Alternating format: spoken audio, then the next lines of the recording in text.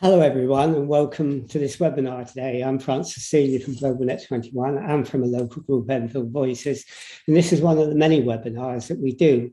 And today we're going to talk to Sam Bentley-Toon. Now, he's from Thames21, and Thames21 is concerned with rivers and waterways and the importance of them to our environment, but also in a time of climate change, the importance that they have to climate change mitigation and adaptability. And that's really, really important. So Sam, thank you for joining us today. And it's great to have you here. Can I ask you, first of all, if you could very briefly just tell us something about yourself and your work at Thames21? Yeah, so my role at Thames21 is engagement manager. So I'm leading on the community engagement aspects of various projects across London and the wider Thames Basin. And the main project I work on, which is 3 days a week, is that Restoring Enfield's Rivers project, which is working closely with Enfield Council on a project to restore the rivers of Enfield.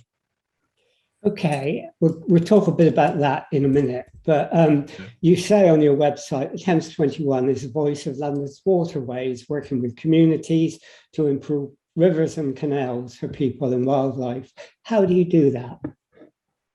Well, so we've got a whole variety of different projects working on the Thames itself and on the tributaries of the Thames. And those projects look at things like plastic pollution in the waterways. They look at also flood risk, water quality, biodiversity, ways that we can improve and restore rivers and make them wilder. And all those projects are collaborative projects that work with local people to empower them to take action to improve their local rivers, to gather data about rivers and how that can then be used to advocate better for to improve rivers. Yeah, I was going to say, to do that, you can't do it with paid staff, can you? You depend on volunteers, and you've got something, I think, like 7,000 volunteers, which is a lot of volunteers. How do you go about finding those volunteers?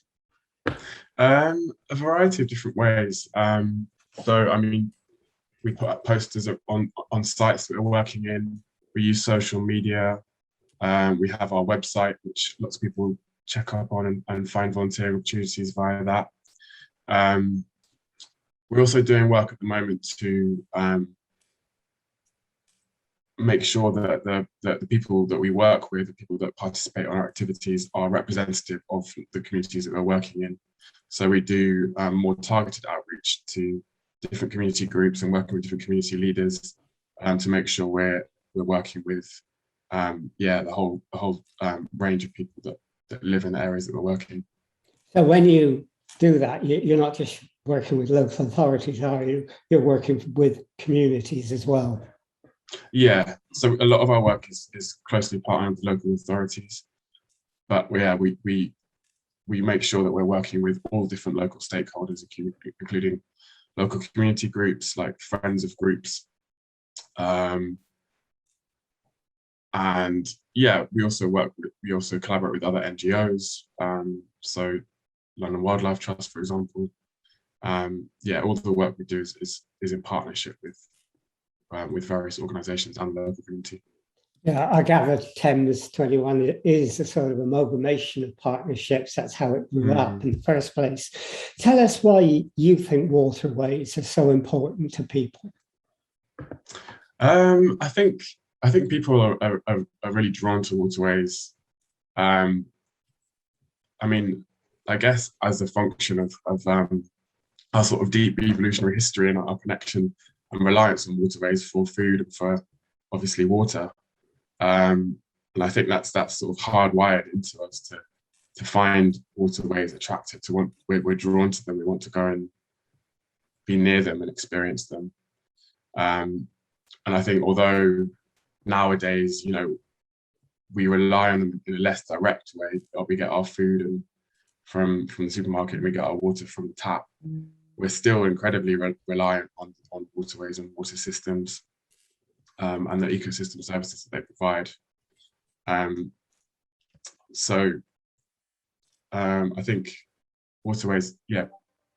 The other thing about waterways is the impact they can have on our well-being. So there's lots of evidence to show that green spaces are incredibly important for health and well-being. But there's also evidence to show that blue-green spaces, so spaces that have water and terrestrial green habitats, are even better at boosting well-being and health. Okay, so that I think everyone would agree with, that they're really important for well-being. Now you have a number of projects going on across London. How do you start when you develop a project? Where does the initiative come from in the first place? I think that could be a whole variety of different ways. So we talked about how lots of our projects are working in partnership with different organisations. So sometimes a local authority might approach us and instigate a collaboration where, like, Thames21 has a long history of working with communities. So we're often called upon by local authorities to help with that aspect of projects. So to help on a project that the local authority is sort of leading on. Then other projects might be more led by Thames21. And yeah, our senior management team is looking strategically across the whole of London and sort of identifying different projects. And then other staff members within Thames21 can suggest new projects. Yeah, so there's a whole different range of ways that projects can be instigated. So take one in Enfield itself. I mean, you are enrolled in the restoration of the Beaver project, which is quite a unique and interesting project. How did that come about? So that's one of the ones that was really led by the local authorities. So that's a project being led by the Enfield watercourses team.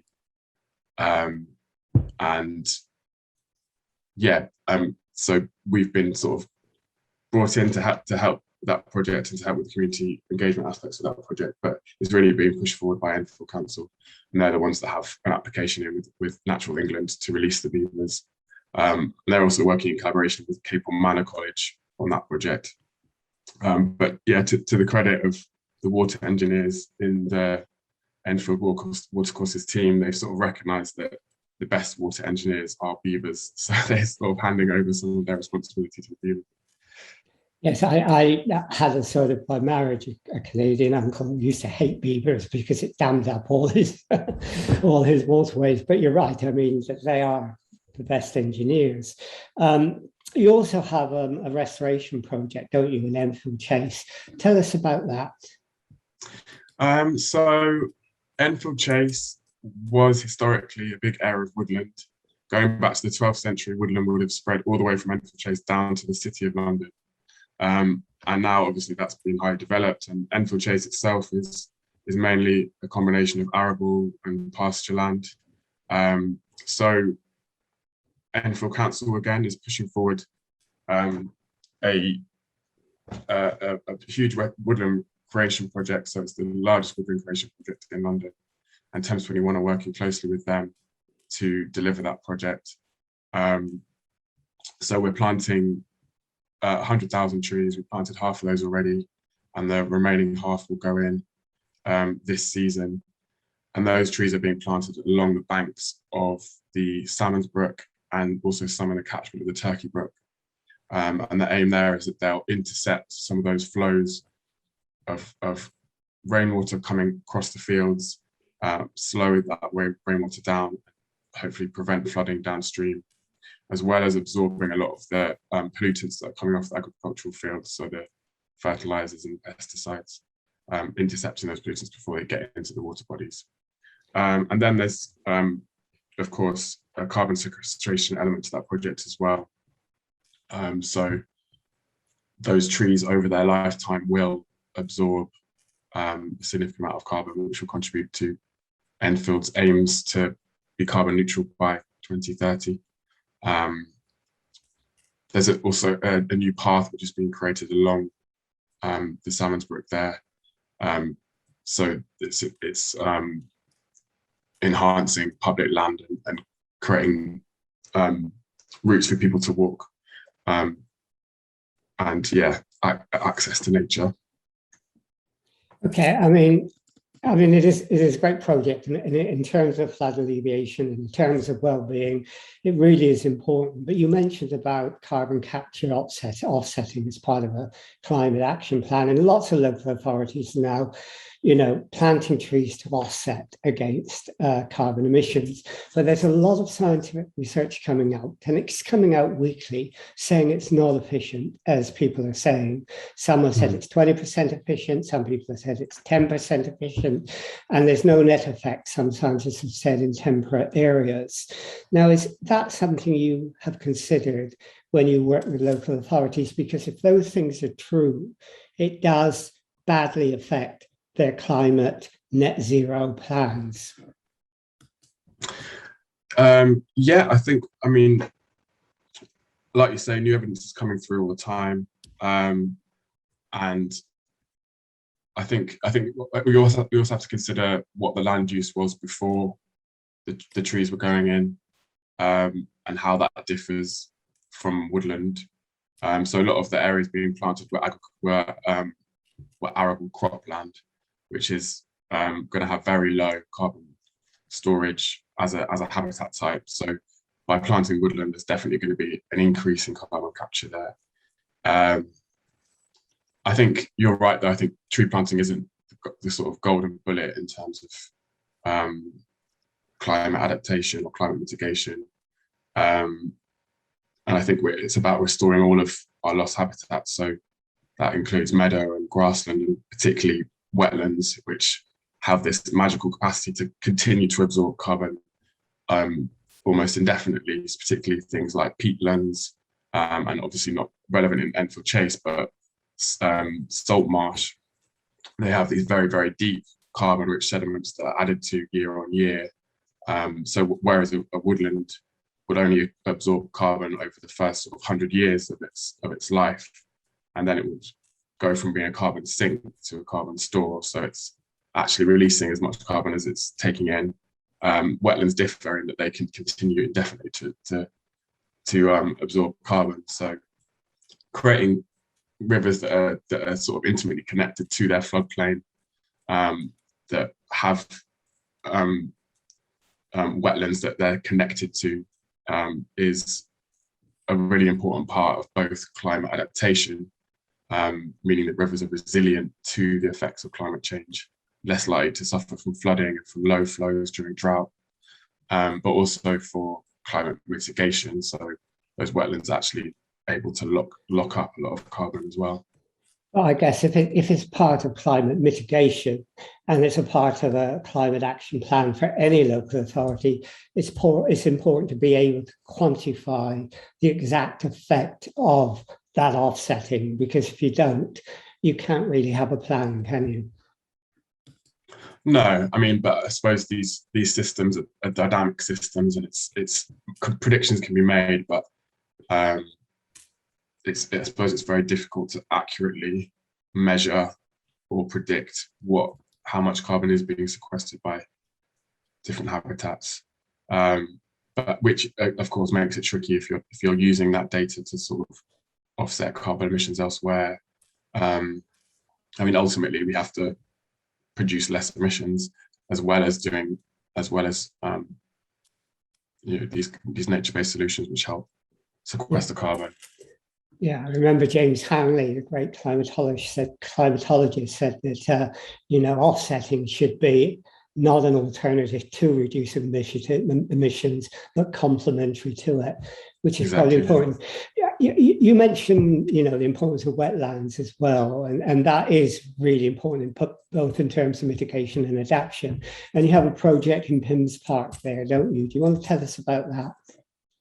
Yeah, so the wetland in Pymmes Park went in a few years ago. I can't remember off the top of my head exactly when that wetland went in. I think it's been there for about 5 years. And what's happened there is that the surface water is diverted from an underground sewer to the daylight. So the water goes into a series of wetland cells, um, that are densely vegetated, and the water flows slowly through that vegetation. And as it flows through there, a lot of the pollution in the water is filtered out. So the sources of pollution there are from sewage misconnections from people's houses where their appliances are misconnected into the surface water sewer system. Also from road runoff. And so, actually, sadly, we've had some incidents where there's been vehicle oil getting into the surface water sewer there and finding its way into the lake. But we hope that by intercepting that oil with this wetland, it can reduce the impact of it in the lake. But of course, we also need to find this ultimate source of that pollution. So yeah, the wetlands function there to improve water quality and also to store water to reduce flood risk downstream. And they create a really beautiful space that you can go and visit, and that's teeming with wildlife. There's amphibians spawning there. There's lots of dragonflies and water birds. Yeah, I mean, the development of wetlands is something that's beginning to happen right across London, isn't it? In order to create a sustainable drainage solution. You must be really pleased that local authorities right across London in the UK are really getting into the understanding the importance of wetlands. Yeah, it's great to see, and it's great to see a kind of a move away from sort of traditional flood solutions, which are about increasing the capacity of rivers artificially and increasing conveyance, so making sure rivers were sort of very straight and the water just gets very quickly taken away. There's a real move now towards more nature-based solutions, where it's about slowing the flow of water and about holding onto water and about connecting rivers to their floodplains in these wetlands, which hold on to water, purify water, and create habitat. And yeah, it's really good to see that shift, and we are seeing that across the whole of London. Lots of authorities, local authorities, putting in some of these features. Yeah, I mean, it's interesting you say, people are looking into more nature-based solutions like rewilding instead of planting and so on. Is that a movement that's developing quite fast, in your opinion? I think so, yeah. I think there's really, really positive movements in that direction. I mean, yeah, with high-profile politicians talking about reintroducing beavers and rewilding is a term that you hear more and more. I think that's really positive. Whether it's happening fast enough, of course, is a different question. But I think there's definitely a move in the right direction.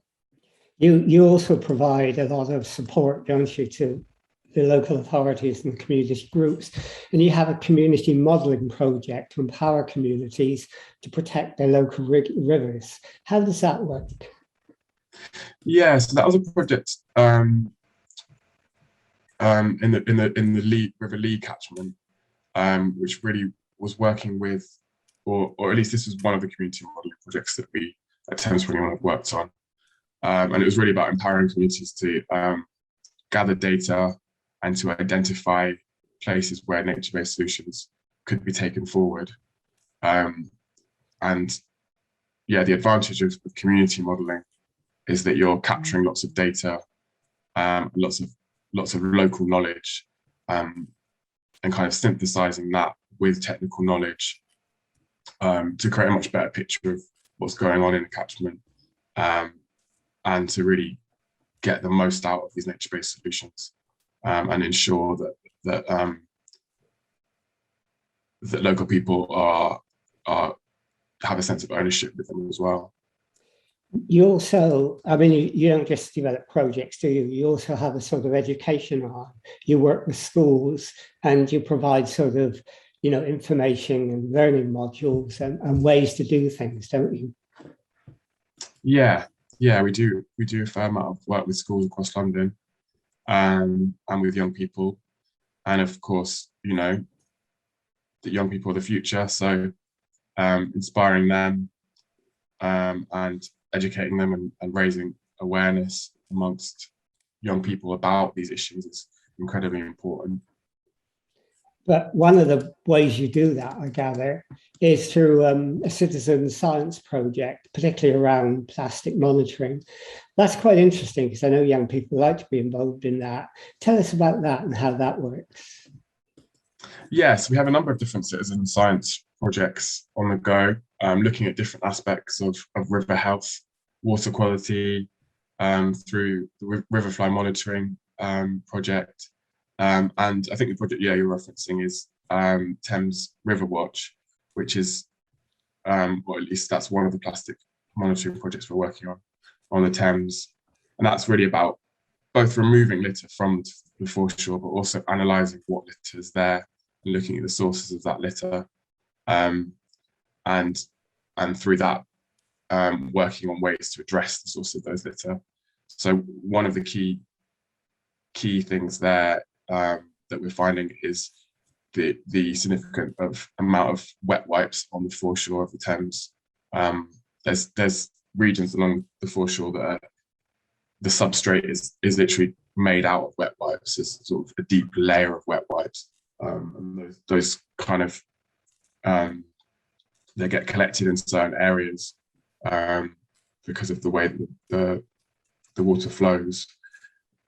So yeah, we're working on a campaign at the moment in collaboration with MP Fleur Anderson to reduce or remove plastic from wet wipes as part of a kind of strategy to reduce the amount of wet wipe pollution coming into waterways. Okay, so I mean that's interesting as well, because involving young people like that is really important. So you develop projects and partnerships, you have an educational arm, but you also have an advocacy arm, don't you? Mm-hmm. I mean, is that something that you advocate ideas and pressure to government and local government? Is that the aim of your advocacy arm? Yes, certainly. I think the work with Fleur Anderson, where she's been pushing forward this bill to ban the use of plastics in wet wipes. That's been a really good example of that, where we've been able to sort of provide evidence to support that bill, and also to just provide relevant information that is able to shape that bill. I think advocacy is a really important part of the work that Thames21 does. And we also we recognise that advocacy has to happen at all different levels. So it's also about empowering local people to become advocates for their local river in a very local sense, as well as these more national campaigns. Okay. You don't have an all-party parliamentary group set up, do you, which you service, but which many organisations do? I mean, that's quite a good way of actually working with Parliament. No, we don't have that, but that's an interesting idea. It's quite an easy way to do that. If you find an MP who would chair it, then usually you find other people, and that's a way of then getting MPs to sort of talk about that issue more and more. But let's go on to another topic. I mean, we're into the middle of COP26 at the moment, and the impact of climate change is on all our minds. Now, is a part of what you do a part of a climate change strategy as well? Yes. Well, we recently created a COP26 manifesto for Thames21, which sort of brings our work into the context of global efforts to mitigate and adapt to climate change. So, I mean, in that we recognise that the vital importance of rivers, both in terms of adaptation and mitigation,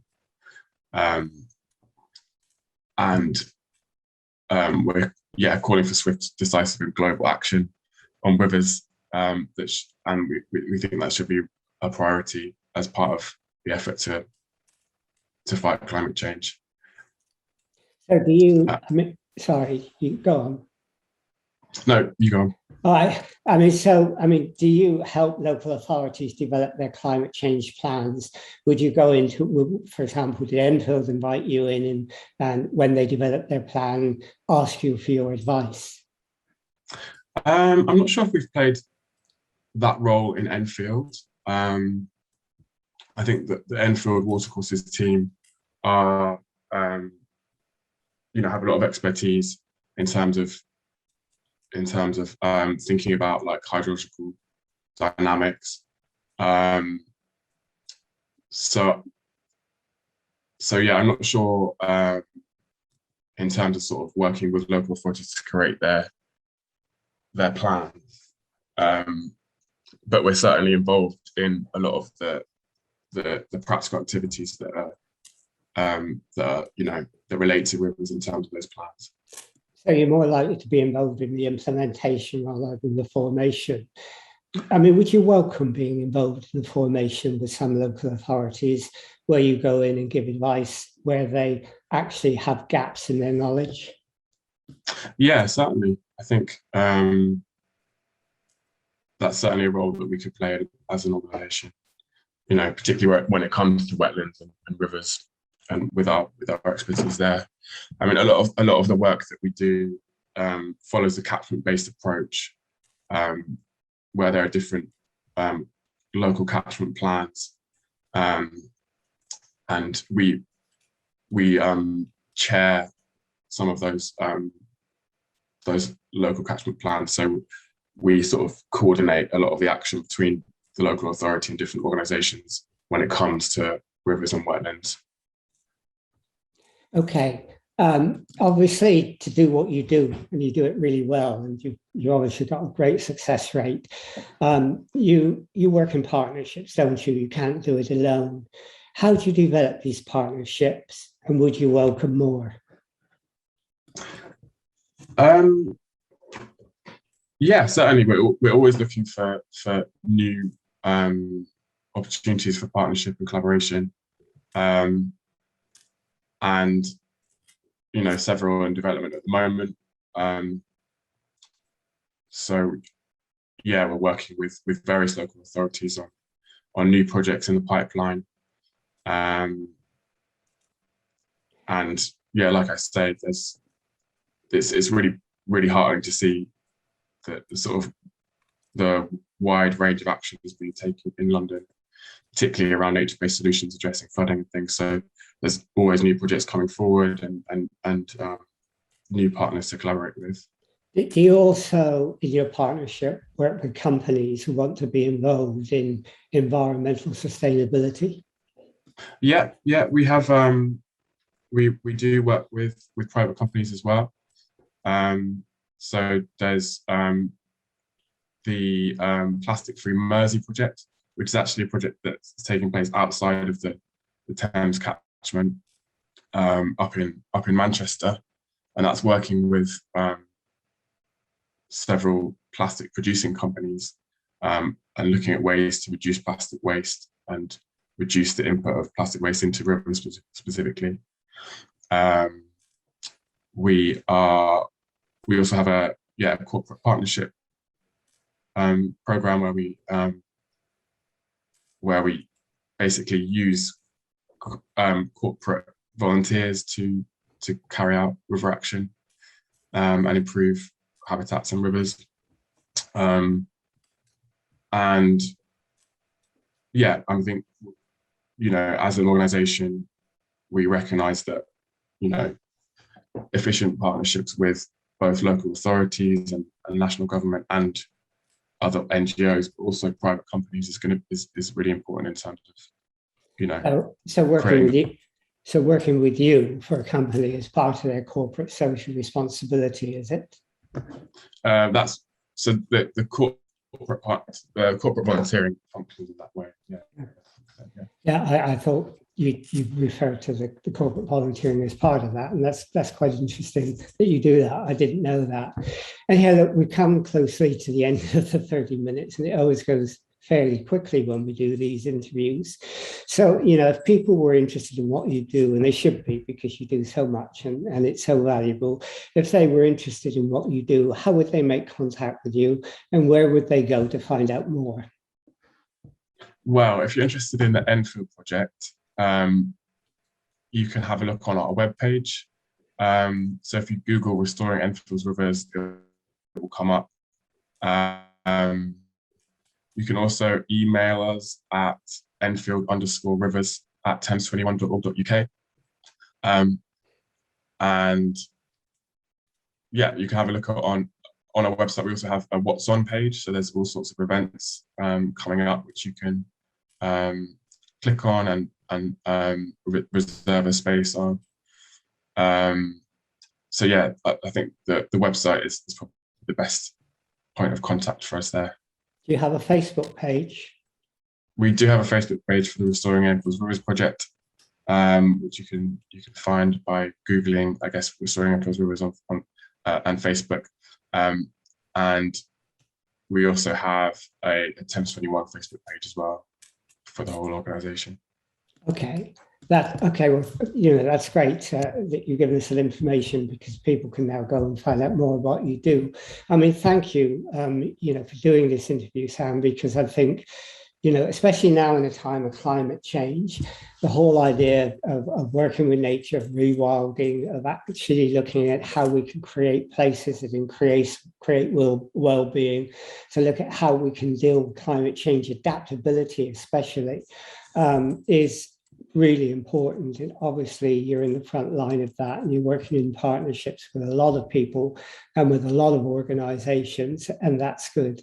So, you know, I think it's been valuable to listen to what you do, to hear what you have to say. And I hope people will, you know, look at your site, and those people who are interested in being involved with you, either as partners or as volunteers, will get in touch with you. So, you know, thank you for doing it. Thank you for what you've told us today, because it's been really interesting. So thanks, Sam. And we'll end this interview now.